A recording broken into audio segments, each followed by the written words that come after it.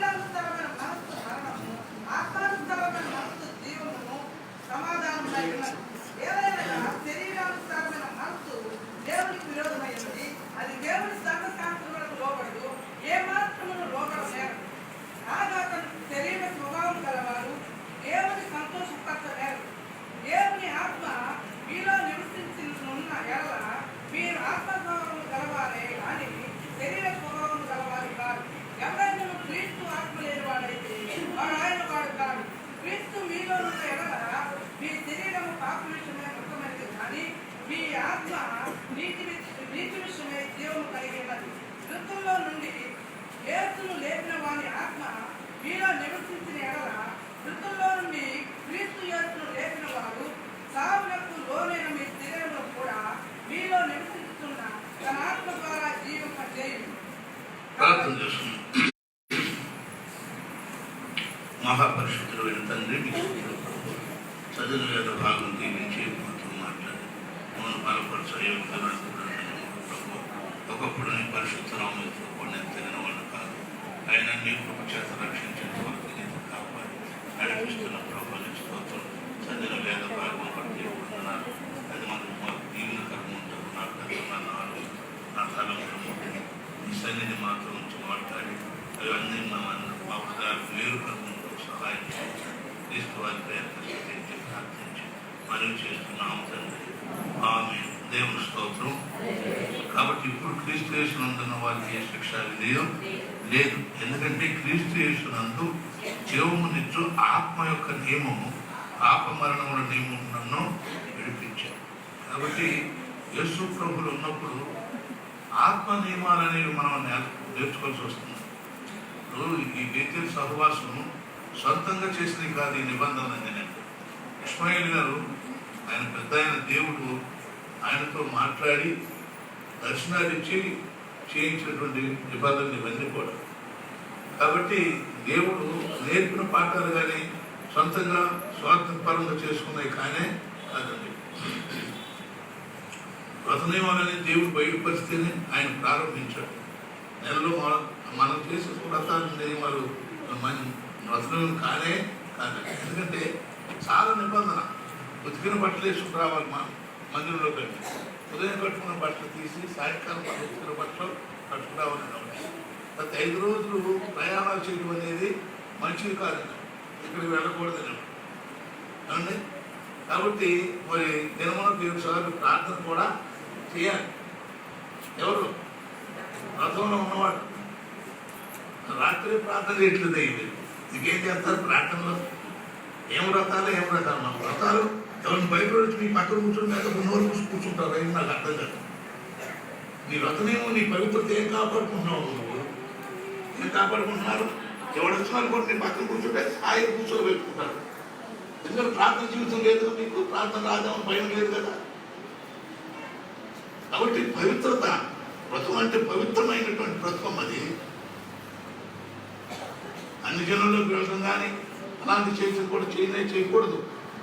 ఇవన్నీ కూడా చాలా నిబంధనగా చేసినటువంటి ఇస్మాయిల్ గారు. అంటే అందుకైనా గొప్ప విద్యావంతుడు కాకపోయినా పేదకుల ఆత్మను పట్టుకునే కృప ఆయనకి దేవుడు ఇచ్చాడు.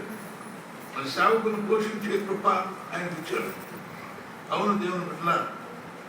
కాబట్టి ఒకసారి మన బ్రాహ్మణ ఆయన పేరండి ఆర్ఆర్ మూర్తి గారు పిలిచాడు. అయ్యారు ఇస్మాయిల్ గారు పిలిచి చూశాడు. సేవంతో చూసి ఇస్మాయిల్ గారు దేవుడు మీకు ఒప్పించాడు. అయ్యా మేము బ్రాహ్మణమైనా మా కులస్తులు మేము మార్చలేకపోతున్నాం కానీ నువ్వు అమ్మవారిని బ్రాహ్మణుని కూడా మార్చుకున్నావు అయ్యా అని చెప్పి. అవునండి. ఎందుకంటే నిబంధన దేవుడు ఆయన అట్లా వాడుకున్నాడు. ఆ నిబంధన బట్టి పరిశుద్ధంగా ఉండటం అనేది. అందుకే మన ఉపవాసాన్ని చాలా మంది విమర్శిస్తారు. కానీ ఆయన దానికి ఆ తినడం అనే ప్రాధాన్యత కాదు, పరిశుద్ధత ప్రాధాన్యత. ఇప్పుడు 40 రోజుల నుండి భార్య భర్తలు ఉన్నవాళ్ళు ఏం చేస్తున్నారు? మందిరంలో ఏం చేస్తున్నారమ్మా? భర్త రాకపోయిన భార్య ఏం చేస్తున్నాయి? ఏం చేస్తున్నారమ్మా? ఎవరు తగబెట్టింది ఆ పనితో ముందు కూర్చుంటారు. వాళ్ళు అయ్యో ఆలోచన ఉందని చెప్పలేరా? కాబట్టి అట్లా చేసేవాడు. ఆ పరిశుద్ధత మనుషుల్ని ఆత్మను అభివృద్ధి చేసింది. కాబట్టి దేవుని పెట్టినారు పరిశుద్ధత గొప్పదమ్మా. అందుకే యేసు ప్రభు కొరకు ఏమన్నారు? నేను పరిశుద్ధులను కనుక మీరును పరిశుద్ధులైనది. పరిశుద్ధత లేకుండా ఎవడును ప్రభువుని చూడలేడు. ఎన్నటెన్నటికి పరిశుద్ధత ఏది మందిరములకు అనుకోను. పరిశుద్ధత గొప్పదా. అందుకని క్రీస్తు యేసులో ఏముందంటే ఆత్మ నియమము ఏం చేస్తుందంట? పాప నియమముల నుండి విడిపిస్తుంది. సో పాపము నుండి మనం దూరపరుస్తుందమ్మా. నేను చాలాసార్లు చెప్పిన మరి సందర్భంలో చెప్తున్నాను. పాపం చాలా భయంకరమైనది. నాకు తెలియదు యేసు ప్రభు మాట్లాడతాడని, మరి ఆయన కనిపిస్తాడని నాకు తెలియదు. మా నాన్నగారు సంశోధన పేరు పెట్టుకున్నాడు కానీ ఆ పేరే లేదు. ఆయన నల్లయ్య అని పిలిచేవాడు. ఏమండి మరి అసలు ప్రార్థన అనేది మా ఇంట్లో ఉండేది కాదు. నాకు కూడా చిన్నతనం అంటే మా నాన్నగారు స్వామివారి మతం, రోమన్ క్యాథలిక్ మతం అన్నమాట. ఆ మతంలో ఉండేవాడు. సరే ఏదో సందర్భం వస్తే నాకు కూడా పేరు పెట్టించారండి జయాన్ అని. కానీ అప్పర్ స్వామి నాకు చదివించారు. కానీ ఇలా ఉండి దేవుడు తెలియదు, నా ఇష్టానుసారంగా తిరుగుతుండేవాడిని. తల్లిదండ్రులు ఒక్కనే అని ఏమనేవాడు కాదు. కాబట్టి అట్లా పాడైపోతున్నటువంటి దినాల్లో మరి భక్తుల దగ్గరికి తీసుకెళ్ళి చెప్పారు. ఆయన అన్నారు, బాబు యేసు ప్రభు నీ కొరకు నాకు తునపడ్డాడు. నీ హృదయాన్ని దున్నుకొని నీ పాపాలు ఒప్పుకుంటే దేవుడు నీకు మాట్లాడతాడు.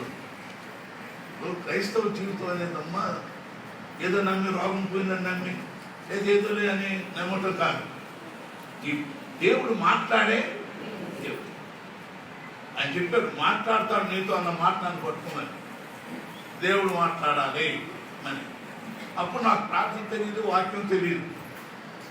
పాపాలు ఒప్పుకునేవాడిని వరుసగా. అయ్యా విచారణ దొంగ వాళ్ళు త్రాగుపోతున్నాయి, అయ్యా ఇతరులు పుట్టాను, ఆయన నన్ను క్షమించు, నువ్వు మాట్లాడే దేవుడు అంటే మాట్లాడమని నేను ప్రార్థన చేసుకోవాలి. ఇదే నా ప్రార్థన. కొంతకాలం ప్రార్థన చేసినప్పుడు రాత్రి దేవుడు వాక్యం ఆయన స్వరం నాకు వినబడింది. నేనే దేవుడను, నీవు నన్ను నమ్ముటలేదా? ఇంకను నీ పాపముల కొరకు పశ్చాత్తాపడు అని స్వరం. వెంటనే లేచి మళ్ళీ నా పాపాలను ఒప్పుకొని ఏడ్చి నేను ప్రార్థన చేసుకున్నాను. అంతే. ఆ దినంలో నా మనసు మారింది. అప్పటి నుండి ఇప్పటి వరకు దేవుడు ఈ రీతిగా కాపాడి నడిపిస్తున్నాడు. దేవుని స్తోత్రం. దేవుడు నన్ను మా నాన్నగారు డాక్టర్ వేయాలనుకున్నాడు. మా పెద్దలు కూడా చదివిన పీయూసీ. అప్పుడు నా కర్మకారి 1 సంవత్సరం, ఇప్పుడు ఇంటర్మీడియట్ 2 సంవత్సరాలు ఉండేది, 10 వరకు కూడా 2 సంవత్సరాలు ఉండేది. నా ఇతరులకు వచ్చేటప్పటికి ఇంటర్మీడియట్ 1 సంవత్సరం పాస్ అవ్వాలి. 1 సంవత్సరమే వెళ్ళాము. కానీ ఇంగ్లీష్ తెలుగు మొదటి పాస్ అయింది. కానీ గ్రూప్ చాలా అంటే బైపీసీ గ్రూప్ తీసుకున్నారు. డాక్టర్కి కోర్స్ చదివేటోడు గ్రూప్ అని. బొమ్మలు వేయటం రాదు, నాకు కంఠస్థం చేయటం రాదు. అందువల్ల ఆ గ్రూప్ నేను పాస్ అవ్వకపోయాను.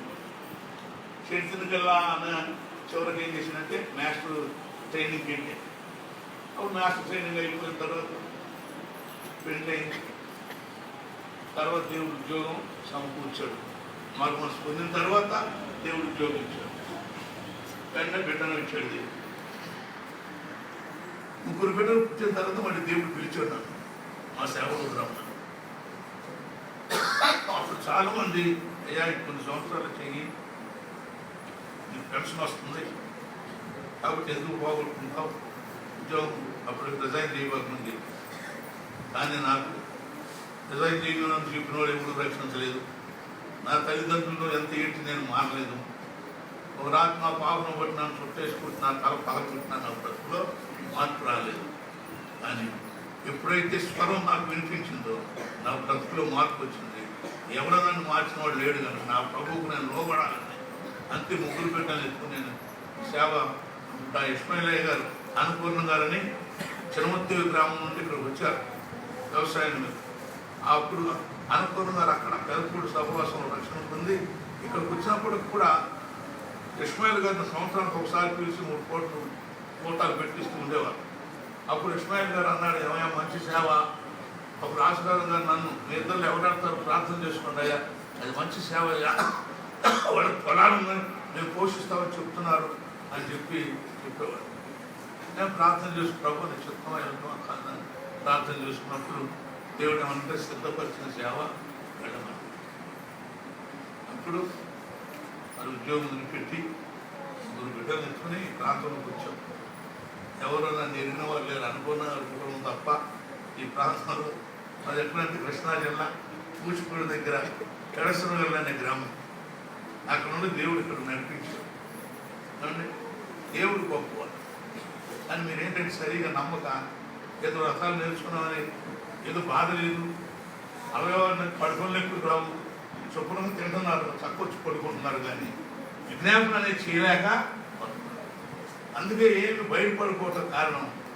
10కి ముగించేసి 10కి బాగా పడుకోవటం తప్ప లేక ఆలోచన అయితే అంతా చెప్పుకుంటారు, కానీ ప్రార్థన చేసేసరికి తప్పు చెప్పుకునేది తప్ప. అందువల్ల సంఘంలో ఉద్యమం అనేది రాకపోవడం కారణం. ఎందుకంటే మన హృదయాన్ని దేవునికి బాగా తెలుసు. అంటే నీ హృదయశక్తి తెలుసు, నా హృదయశక్తి దేవునికే తెలుసు. కాబట్టి దేవుని పెట్టారా మీరు అనవసరంగా భక్తిని పాడు చేసుకోండి. అదే చెప్పేది కూడా హిమాలయాలు చూస్తున్నారు కదా, భక్తిని మీరు పునాదినే పాడు చేసుకుంటారు. పునాదిని పాడు చేయదు. ఏం లాభం? 40 జనాల కోసం ఏమి మొగాళ్ళు ఏమి అసలు ఒక విధమైన వెలుగన్నా వస్తుందా? వెలుగు కనిపిస్తుందా? వేరు ముఖాలు తీసుకుని 7 ముఖాలని అంటున్నా. సంతోషం ఇదమ్మా దేవుళ్ళు. దేవునితో సహవాసం చేస్తున్న సంతోషం లేకపోతే వేరు ముఖాలమ్మా. కాబట్టి దేవుని బిడ్డలారా, అందుకంటే ఇప్పుడు క్రీస్తు యేసునందున్న వారికి ఏ శిక్ష విధియో, ఎందుకంటే క్రీస్తు యేసునందు ఆత్మ నియమాలు మనం కాపాడుతామా. ఆత్మ నియమం మనం కాపాడేది. నాకు 2 సార్లు మరణం అని దేవుడు బయటపరిచాడు. ఆ మరణావస్థలో కూడా నేను మొన్న ఉంటూ తెలుసు. నాకు ఏం చేశానంటే మన ఇక్కడ వేంపాడులో నాకేం లైసెన్స్ లేదు, ఆడ మంచితనాన్ని బట్టి నేను కూడా ఏదో బాధపడుతున్నాను, వివాహం చేశాను. లైసెన్స్ లేకుండా క్రైస్తవ వివాహం అనేది చేయకూడదు. చేసి వచ్చానంటే నా ఆరోగ్యం పాడైంది, మరణం అని దేవుడు బయటపరిచాడు. ఇప్పుడు మళ్ళీ ప్రార్థన చేసుకుంటే దేవుడు ఏమనంటే బిడ్డలు అందరూ కలిసి ఉపవాసం ఉండి ప్రార్థన చేయండి మీ నాన్నగారి వరకు, అప్పుడు నేను బాగు చేస్తాను. అట్లా 2 సార్లు ఇప్పుడు దేవుడు బయటకు వచ్చి మరణం తప్పించి ఇంతవరకు కాపాడేటమ్మ దేవుడు. అయితే ఇప్పుడు చచ్చేవాడు. కాబట్టి దేవుని బిడ్డలారా, క్రీస్తు యేసులో ఉంటున్నాం, కానీ ఆయన స్వరం వినడం కానీ ఆయన దర్శనం పొందడం కానీ లేకపోవడం వల్ల సంఘంలో ఉద్యోగం అనేది కనబడలేదు. చాలా మంది చేశారు కదా 40 నెలలు. ఏం లాభం? ప్రార్థన చేసేవాడు ఒక్కడు లేదు. కబుర్లు చెప్పుకోమని చక్క కూర్చు, కబుర్లు మాత్రం చెప్పుకుంటారు అండి. దేవుని బిడ్డలారా, సింగర్ ఉన్నాడు, ప్రార్థన అయిపోయింది, ఏదో అవసరాన్ని బట్టి లోపలికి వెళ్ళాడు. మనం ఏం చేయాలమ్మా? క్లాస్కి వస్తే వెళ్ళి వచ్చారు, ఏం చేయాలి? ఏమ్మా ఒకవేళ ప్రార్థన మొదలు పెట్టాలి, అక్కర్లేదు. మనం ఏం చేస్తున్నాం? మనం ఏం చేస్తున్నాము మనం? కాబట్టి ప్రార్థన చాలా మీరు వెనకంజ వేసి మరి దేవుని దుఃఖ పెడుతున్నాం మనం. అందుకే సంతోషం అనేది కుటుంబాల్లో వచ్చి మరి వద్దిళ్ళు మెట్టు కనబడుతున్నాయి. దేవుని బిడ్డలారా, దేవుడు అన్యాయస్తుడు కాడు, ఆయన చూచుతున్న దేవుడు. ప్రతి వారి హృదయం ఆయనకి తెలుసు. జాగ్రత్త. క్రైస్తవ జీవితంలో ఒక విధమైన తత్వాలు రానివద్దు. మీకు ముఠా తత్వాలు కానీ దురాలోచనలు కానీ రావటం మంచిదే. ఏదో నేర్పేతం చేయాలి అనే ఉద్దేశంగా ఉంది, ఒక రకంగా ప్రవర్తిస్తుంది అనేది కూడా మంచి పద్ధతిలో కావు. మనందరం దేవుని బిడ్డలు, దేవుని కొరకు మనందరం ప్రయాసపడాలి. అంతేగాని ఆడేదో బాగుపడుతున్నాడు అని మనం ఎప్పుడున్నా కూడా దేవుడే కాలేసే దేవుడు కాదు. దశమ భాగాలు ఇస్తున్నారా మీరు? సరిగా మీ పంటల్లో దశమ భాగాలు ఇస్తున్నారమ్మా? కథం పొలాలు తెచ్చేసారు చాలా మంది ఈ సంవత్సరం అండి. కాబట్టి దేవుని వాక్యం ఇక్కడ ఏమంటారు చూడండి, సాంతృప్రదం 3వ అధ్యాయంలో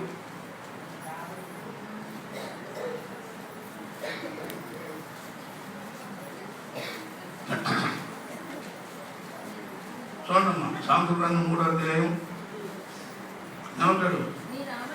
9వ వచనం చూడండి. రాబడేంతట్లో ప్రథమ ఫలమును నీ ఆస్తిలో భాగము ఇచ్చి యెహోవాను కనపరచు, అప్పుడు నీ పట్టులు ధాన్యం సమృద్ధిగా ఉండును, నీ కానుకలో నుండి కొత్త రాక్షస పైకి వెళ్ళిపోవాలి. పిల్లలారా, నేను ఉద్యోగం చేసినప్పుడు జీతం రాగానే దశభాగం తీసి పెట్టేవాడు. అది ఎంత కష్టం వచ్చిన మాత్రం తీసేవాడు. ఒకప్పుడు వెళ్ళి అక్కడ ఇచ్చేవాడు. మొదలు దేవుడు అట్లా నాకు నేర్పాడు. కాబట్టి మరి ఉద్యోగం వదిలి వచ్చిన దేవుడు నాకు కొరత లేదేమి చేయలేదు. కాబట్టి నేను ఒకటే ప్రార్థన, ప్రభు ముగ్గురు బిడ్డలు చిన్నవాళ్ళు వెళ్తున్నాను, ఆహారం లేదని ఏడవకుండా చేయి ప్రభు. ఆ ముగ్గురు ఏడిస్తే ఏంటంటే మాకు ఇంట్లో అన్నం లేదని అంటే నన్ను తిట్టుకుంటారు. అక్కడ వదిలిపరిచి ఆ ఉద్యోగం వదిలిపెట్టచ్చు, పిల్లలు నేర్పిస్తున్నారు అంటారు ప్రభు అని. దేవుని దైవలు దేవుని బిడ్డలు మేము వచ్చాము, ఏనాడు కూడా ఆహారం లేదని ఏడ్చినటువంటి మేము బాధపడిన అనేది లేనే లేదు. అదే ప్రతి పూట మేము తిన్నామో తినలేదని కూడా ఎంక్వైరీ చేస్తూ ఉండేవారు. ఎవరమ్మా అట్లాగే ప్రేమలేరు గారు కూడా కలుస్తూ ఉండేది. అట్లాగే సంఘం చాలా ప్రేమగా కాపాడారు ఒక రకంగా చెప్పాలి. కనుక ప్రభువులో ఉండి ప్రభుత్వం ఉన్నప్పుడు, ప్రభు మాట ఉన్నప్పుడు ప్రభు మనకు పని చేసే దేవుడు. అందుకే పౌరులు గ్రహించాలన్నాడు, ఇప్పుడు క్రీస్తు యేసునందు ఏ శిక్ష విధియో లేదు. క్రీస్తు యేసునందు జీవం ఇచ్చే ఆత్మ నియమము పాప మరణంలో నియమం నన్ను విడిపించను. ఇంకా అట్లా చదువుతాం. ఎట్లనగా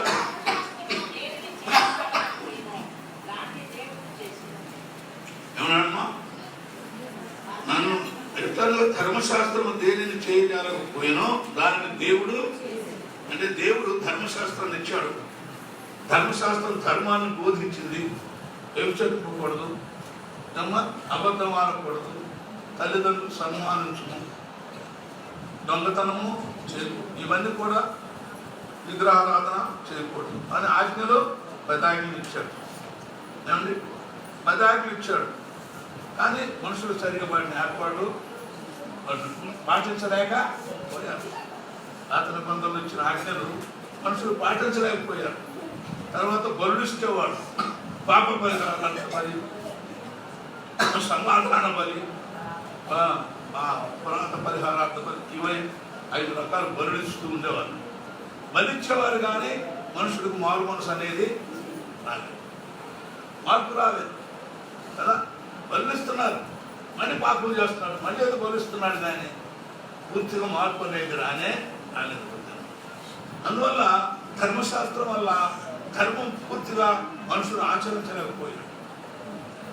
మళ్ళీ దేవుడు తిరిగి మానవుడు మారు మనసు బ్రతికేటట్టుగా చేయాలని ఆయనే యేసు ప్రభువుగా జన్మించి బలియాగ పశువులో మన కొరకు బలి అయి ఆయన పవిత్రమైన రక్తాన్ని కాల్చడం ద్వారా ఇంకా బలుడివలసిన పని బలుడివలసిన పని. ఎందుకంటే ఆయన రక్తమే మనం శుద్ధీకరించే, అది యేసు రక్తము ప్రతి పాపము నమ్ములను పవిత్రపరుస్తుంది. దేవుని బిడ్డలారా, యేసు రక్తంలో కడగబడ్డావా? ప్రభు స్వరం విన్నావా? ప్రభువును కలిగిన జీవితం మనలో ఉందా? కాబట్టి గ్రహించడం దయచేసి ఆత్మను తిరిగి లేవనమ్మా. మిమ్మల్ని మీరు మనం అనుకున్న దేవుడిని మానవుని మోసం చేస్తాం అనుకుంటున్నామేమో, నిన్ను నీవే మోసం చేసుకుంటున్నావు. జాగ్రత్త. దేవుడేమో మోసపోయే దేవుడు కాదమ్మా, అంతా ఆయనకు తెలుసు. కానీ ఆయన చెప్పే మహాప్రేమ కలిగిన ఆ ప్రేమను మనం అసలు వర్ణించలేము. అంత ప్రేమ, ఆ ప్రేమ గల దేవుడు మనల్ని కాపాడుతున్నాడు. అవును, మనం తప్పు చేసిన, నిబంధన నిర్లక్ష్యం చేసిన, సహవాసాన్ని నిర్లక్ష్యం చేసిన, వాక్యాన్ని సరిగ్గా పాటించకపోయినా దేవుడు కాపాడుతున్నాడు, నడిపిస్తున్నాడు. అందువల్ల దేవుని ఒక రకంగా మనం ఏం చేస్తున్నాం, తక్కువగా చూస్తున్నాం. పర్వాలేదు, దేవుడు ఏం చేయట్లేదు, ఆత్మ ఎప్పుడు తిరిగి లేవచ్చులేదు అనే ఉద్దేశాలతో ఉంటున్నారే. కానీ భయభక్తులు కలిగి ఆత్మను తిరిగి లేవడానికి ఇష్టపడ్డారు. చాలా దేవుని పెట్టారు, చాలా భయపడమండి. అవును, నిబంధనలు చేయటంలో దేవుడు చక్కగా నేర్పడినాడు.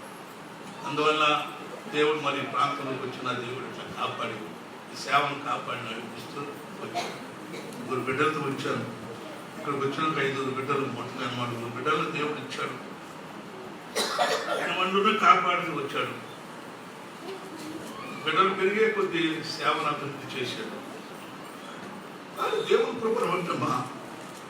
మరి నేను ఏమైపోయామన్నా కానీ బిడ్డలు సరైన స్థితిలో లేకపోతే దేవుడే ఆయన కృప చేత వాళ్ళు కూడా మార్చి సేవలో ఏర్పాటు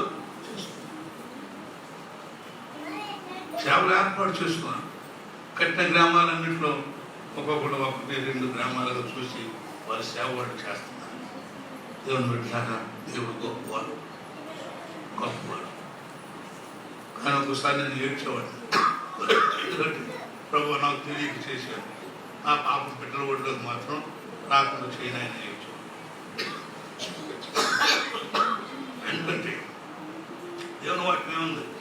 తల్లిదండ్రుల దోషములు 3-4 తరముల వరకు బిడ్డల ఒడిలో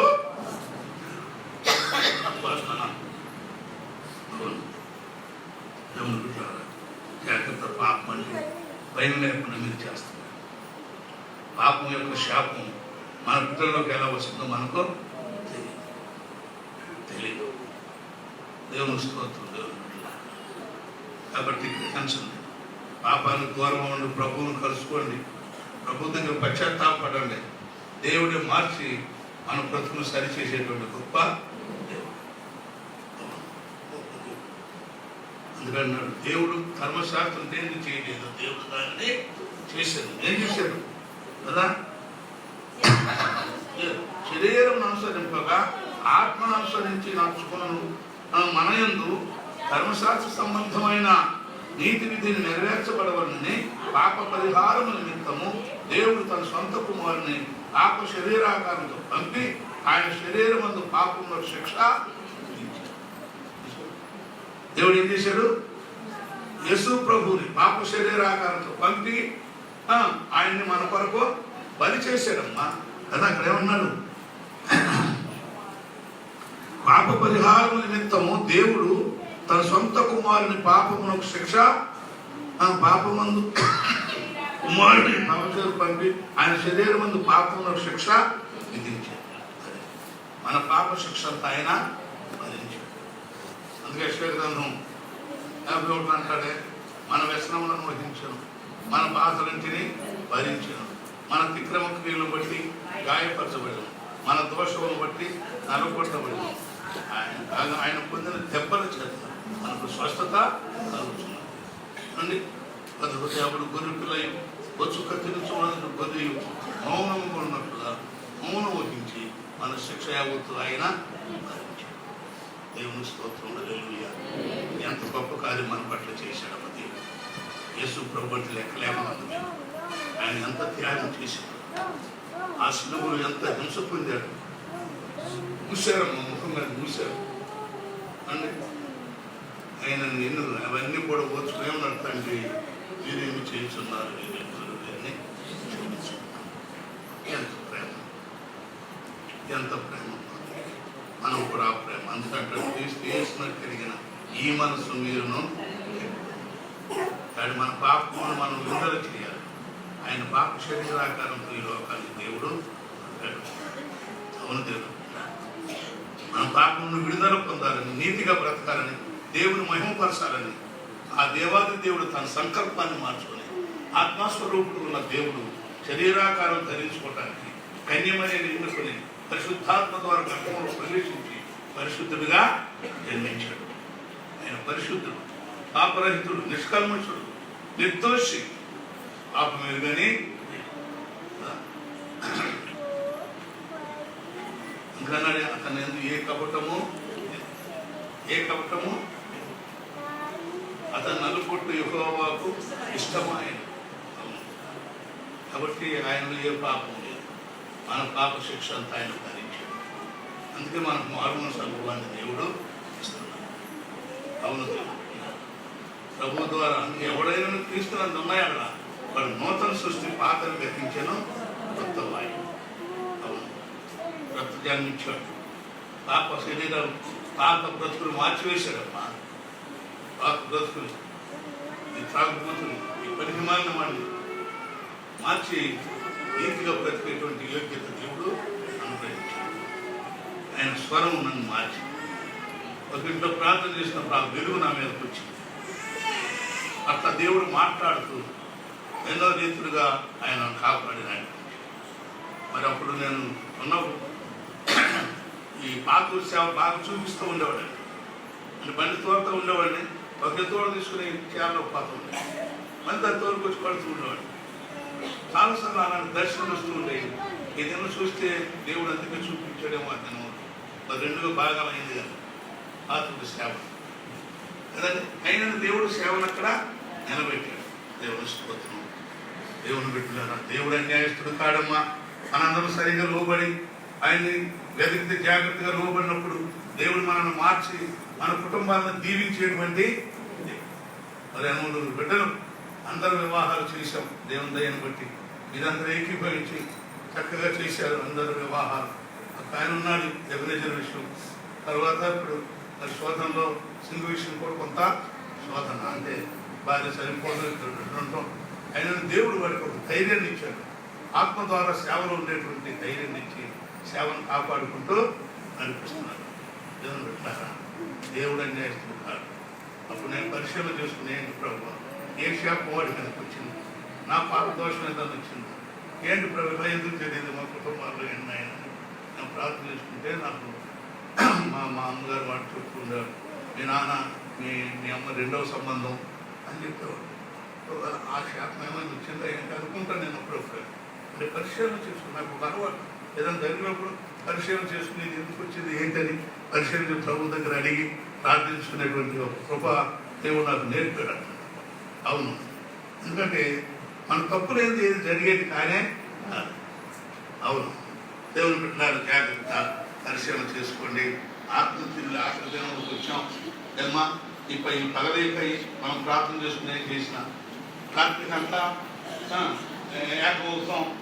ఆయా రీతులుగా కొన్ని సందర్భాలుగా ఒకటి ఉంటా ఉంటే ప్రోగ్రాం కనుక దేవుని పెట్టినారా ఈ పగల ఆఖరి రాత్రి ఆఖరి పగలు మనం ప్రార్థనలో మరి దైవ దర్శనం పొందడం చాలా అవసరం. కానీ మీరేమో చాలా నిర్లక్ష్యంగా అయినప్పుడు దేవుడు కృపగలవాడు కనుక ఏదో ఒక ప్రాముఖ్యమైన విషయాన్ని దేవుడు బయలుపరుస్తూ ఉన్నాడు. దేవుని స్తోత్రం. దేవుని పెట్టినారా దేవునితో ఉండండి. శరీరానుసారమైన మనసు రానివద్దు, శరీరాశ ఆలోచనలు రానివద్దు. ఎందుకంటే శరీరం మంచిది కాదమ్మా, ఇది పాప శరీరం. అందుకు దేవుడు ఏమన్నాడంటే మన్నది వెనుకటువంటి మట్టిలో కలిసి దీనికి శిక్ష లేదమ్మా. ఇది మట్టిలో కలిసి ఒక శిక్ష ఉంటే బతుకుండగానే ఏదో ఒక శిక్ష మనం పొందుతూ ఉంటాం. కానీ చనిపోయిన తర్వాత ఈ శిక్ష ఆత్మకే తీర్పు అనేది ఉంది. ఈ ఆత్మ దేవుడు ఉంది ఆత్మ. ఈ ఆత్మ మనలో లేకపోతే ఈ కట్టెకు విలువ లేదు, కట్టె విలువ లేదు. నేను చచ్చిపోయిన ఇంటికి వెళ్ళినప్పుడు ఇంట్లో నుంచి బయటికి తీసుకొచ్చి చెట్ల కింద పడేశారని చెత్తేసి చూసారా. కాబట్టి ఈ శరీరానికి దేవుని ఆత్మ పోతే శరీరానికి విలువ లేదమ్మా. దేవై పట్టుకుంటానని ఏదో మనసు మీద కూడా ఉంచడం ఎంత భయంకరం చూసారా. ఆత్మ ఉన్నంతకాలం దీనికి విలువ. దేవుడు ఆత్మ లేకపోతే విలువ అనేది లేదు. దేవుని ఆత్మకు మనం దాన్ని మార్చుకుని చక్కగా ఆత్మీయ జీవితంలో బ్రతకాలి. ఎందుకంటే ఈ ఆత్మ దేవునికి మనం అప్పగించాలి. దానికి తీర్పు తీరుస్తాడు. అందుకంటాడు శరీరానుసారుడు శరీర విషయం మీద మనసు చూస్తాడు, ఆత్మానుసారుడు ఆత్మ విషయం మీద మనసు చూస్తాడు. అందుకే కలిసి పత్రిక 5 అంటాడు రహస్యం. నేను చెప్పుకున్నది మనగా ఆత్మానుసారంగా నడుచుకున్నది, అప్పుడు శరీరేక్షణ మీరు ఆత్మానుసారమైన ఆత్మ తిరిగి లేవండి, ప్రభువును హత్తుకోండి. ప్రభువును హత్తుకున్నప్పుడు మనకు ఎంతైనా నెమ్మది కలిగిన జీవితం ఇచ్చి సంతోషం చేసేటువంటి గొప్ప ఏమా ఎవరి ప్రార్థన ఎక్కువ చేయండి. నేను ఎక్కువసేపు కూడా నిలబడలేకపోతున్నాను. అందుకే నేను వాక్యం చెప్పడం రాకపోవడానికి కొంత కారణం. కాబట్టి ఎందుకంటే వయసు ఎక్కువవుతున్న కొద్దీ రోజు భయపడే కొద్దీ ఒక రకమైనటువంటి బలహీనత కనిపిస్తుంది. ఆయన దేవుడు అతను నడిచి ప్రార్థన చేయడానికి వాక్యం చదువుకోవడానికి ఒప్పించి కాపాడి నడిపిస్తున్నాడు. దేవుని స్తోత్రం, దేవుని పెట్టారా. కాబట్టి అందరూ మనం దేవుళ్ళు ఉండండి, ప్రభువును హత్తుకోండి, క్రీస్తు యేసులో పూర్తిగా మనసు ఇచ్చి ఆయనకి బ్రతకండి, ఆయన దర్శనాలు పొందుదాం. మనం ఆత్మీయంగా బ్రతికినప్పుడు ఆత్మను ఆనందించి పరలోక రాజ్యంలో ప్రభుత్వం సంతోషించే భాగ్యాన్ని దేవుడు మనకు అనుగ్రహిస్తారు. అట్టి కృప దేవుడు మనకు దయచేయను గాక. ప్రార్థన చేసుకుంటాం.